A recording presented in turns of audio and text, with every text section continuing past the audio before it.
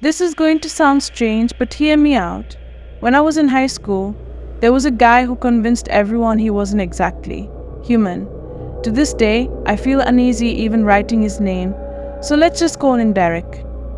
His real name, though, sounded like something out of a dark fairy tale, like a character from some old gothic novel. Derek was an outsider, no doubt.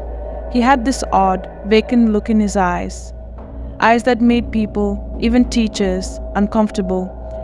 He wore the same faded black hoodie every day, hood up, and never seemed to take it off, like a uniform of isolation. I don't think he ever washed it, either. The smell was, well, it's something I can't forget. Derek wasn't tall or particularly strong, just an average-looking guy you'd forget about. If it weren't for his unsettling presence, he always wore these huge, black sunglasses, even indoors, and by the time we were seniors, the teachers had stopped telling him to remove them. I guess they gave up because Derek didn't listen to anyone. Now, here's where it gets weird. Derek didn't have any friends, but he had this strange habit of adopting people. If he liked you, and it seemed random, he'd walk up and say, "You're adopted now." It was like being part of his invisible circle, and supposedly this meant you were safe from whatever he thought he was.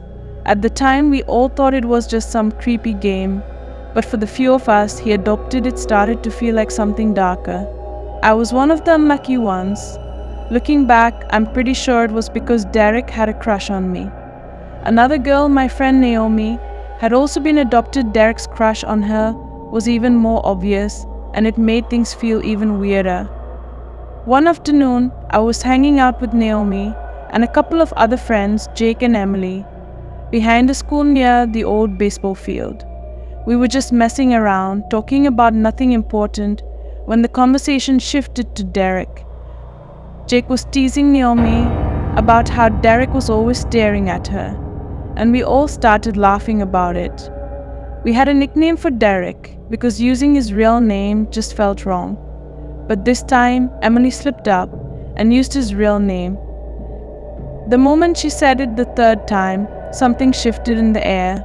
I swear to you, out of nowhere, Derek appeared on top of the dugout, holding a baseball bat. It wasn't just that he showed up, it was the way he did it. Silent, motionless. He just stared at us, his sunglasses hiding whatever expression was on his face. We stopped laughing immediately, unsure if he had heard us. I gave him a nervous wave, and he nodded at me, then jumped down and walked away, as if nothing had happened. We all laughed it off afterward, but deep down, something felt wrong. A few weeks later, something even creepier happened. I was hanging out at Naomi's house. We were upstairs in her room, just chatting, when once again, Derek's name came up. Naomi joked about how weird he was, and without thinking, we said his name 3 times during the conversation. 10 minutes later, we heard the front door slam shut. Startled, we went downstairs, thinking maybe another friend had come over. To our shock, standing in the living room, casually talking to Naomi's mom, was Derek. My heart sank. Naomi's mom asked him what he was doing there, and without missing a beat, Derek replied, "I was summoned." Naomi and I exchanged horrified glances. Her mom, being her usual friendly self, didn't seem alarmed and politely asked Derek to leave, which he did without another word. As soon as the door closed, we bolted back upstairs, whispering in terror. We didn't want to believe it, but it felt like Derek had appeared because we said his name.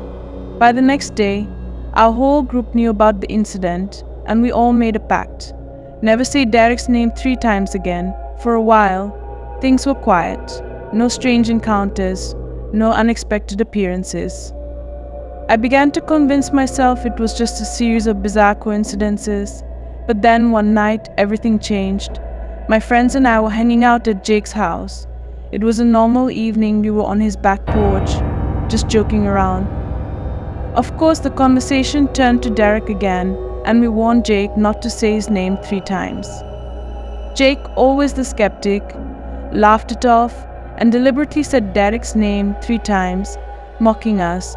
At first nothing happened, and Jake grinned, thinking he had proven us wrong. But then, out of the corner of my eye, I saw movement. Derek, He had jumped over Jake's fence and was standing at the edge of the yard, staring at us. Jake's smile vanished. We all went silent, frozen in place, as Derek just watched us. Then, without saying a word, he disappeared back over the fence. Jake was freaked out. He accused us of setting him up, but we were just as terrified as he was. He told us all to leave, his bravado gone, and for the first time he seemed genuinely scared. But that wasn't the worst of it. The final encounter with Derek was the one that made me fear for my life. It happened a few months after the incident at Jake's house. I was home alone on a stormy night. My parents were out of town, and I had invited a guy over, someone I had been casually seeing.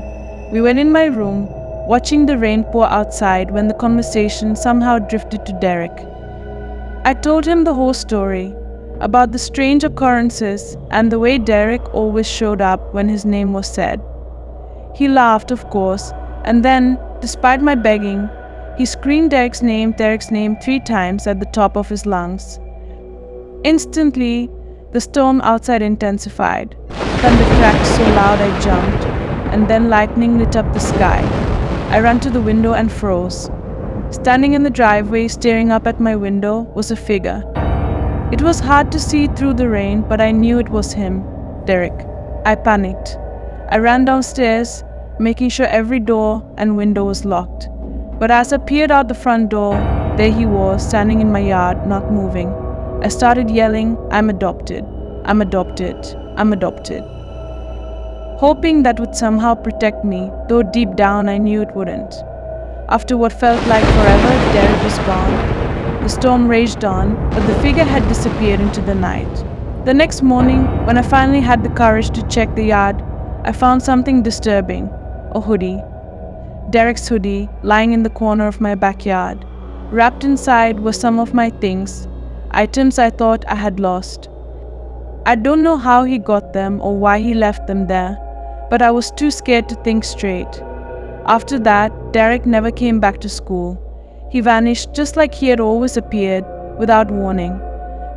No one knew where he went, and no one seemed to care. But for me, his memory lingers. I still can't explain how he always seemed to be there, just when we said his name. Maybe it was all in our heads, or maybe he really was something more than just a troubled kid. All I know is, wherever Derek is now, I hope he never comes back.